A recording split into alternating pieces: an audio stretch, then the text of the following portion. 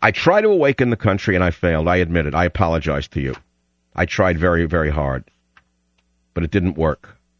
And so, therefore, I do this show every day, trying to save you from what Obama's trying to do to you and me and your children and your grandchildren.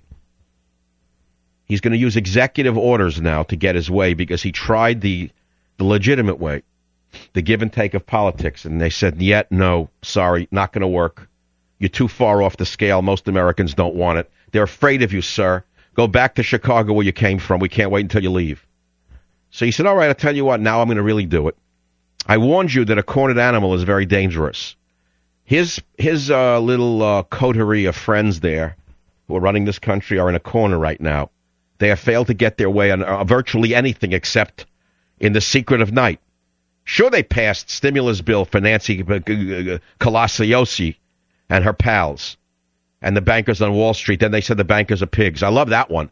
They're the ones who bailed out the banks. Then they said now there's new pitches. Oh, those bankers are real pigs. He's the one who gave them the money. He's the one who bailed out Citibank, not me. I didn't say give them the money. He said it. He gave them the money. Now he's already not their friend. So, look, here we are. So I do this show every day. I'm going to try to alert you to the dangers of Obama and his minions because they're real. You know, I try to evaluate this every night. Like, how real is the threat of Obama and his radical leftist squad? Are they really a threat to the survival and to the freedoms of this country? Or is this just hype in order to sell a radio show and a website? I ask myself this every night. You know, Einstein spent the last years of his life trying to unprove his own theories to show you what a great mind he had. He wasn't afraid to challenge his own theories. Neither am I.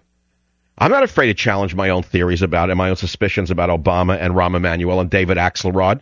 I'm telling you, these are creatures from the Black Lagoon as far as I'm concerned. It's like they've come up to Earth to suffocate us with octopus tentacles and put us into slavery through high taxation, through regulation, through things you can't even imagine they have in their mind.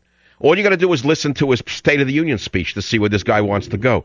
He wants to grant amnesty to all the 20, 30 million illegal aliens in order to ensure that the next 50 years of America are ruled by a bunch of illiterate people who don't even know what's going on. In other words, these people don't speak the language. So they go, oh, sure, we'll vote Democrat. They're going to give us things. That's unbelievable to me that we sit here like idiots. That's why I quoted Cicero. But what you also don't know is that I'm writing, I think, my last book. I have embarked on a new venture. I'm not going to tell you the title. I'm not going to tell you the theme. I think you can pretty much figure it out. And over the next few months, I will slowly disclose what I'm writing. It's going to be my biggest and most important and probably my last book. And it's my last attempt to awaken you, the American people. I tried it before, and you thought it was humorous. I go to various restaurants, as you know, in San Francisco, and one of them is a very, very inexpensive Chinese restaurant. And the owner, who I think is probably as liberal as any or as nice as people can be, he pulled me over the other day. He said, you know, Michael, you were right all along. He said, we just didn't know it. He said, you were right all along. He said, the illegal aliens, they're not citizens. They're eating us alive. I said, well, Johnny, what can I tell you? I try to warn the people, but they didn't listen to me. And so now even people who are moderate centrists are coming to believe that Savage was right and is right about borders, language, and culture. Even the moderates in the middle have come to understand the danger they are in from this extremist, out of the ken of reality of Obama. This is not an ordinary Democrat. Make no mistake about it. He is not even a liberal by any definition. He is an extremist, a Marxist by every definition. Now, Europeans would understand this. But as I told you, we Americans are rather naive politically. We don't even understand what a socialist Marxist is. I know the word socialist has now resonated because you've heard it from Fox News, because Hemorrhoid copied me. He's a very good student, and he's a very smart baby-faced student, which is good. And it finally got through to everybody. Yes, he's a socialist. But as I first started using this word, you didn't know what it was. I was the first in the radio to tell you he was a socialist. Yeah, oh, socialist. And I love the midstream media. Says, oh, some call him a socialist. What's so shocking about that? He's a naked, proud socialist. There are about 30 varieties of socialist. They range all the way from the benign to the terrible. Hitler was a socialist. Stalin was a socialist.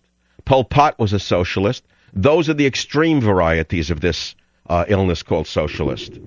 Then there are the moderate socialists, those who run Sweden or those who run Germany are modest socialists. Which one do you think Obama is? What do you think he actually is? I think you should be worried because he's given every indication that he's not exactly the benign form of this particular political disease. I'll be right back. Savage. We cannot continue to rely only on our military in order to achieve the national security objectives that we've set. We've got to have a civilian national security force that's just as powerful, just as strong, just as well funded.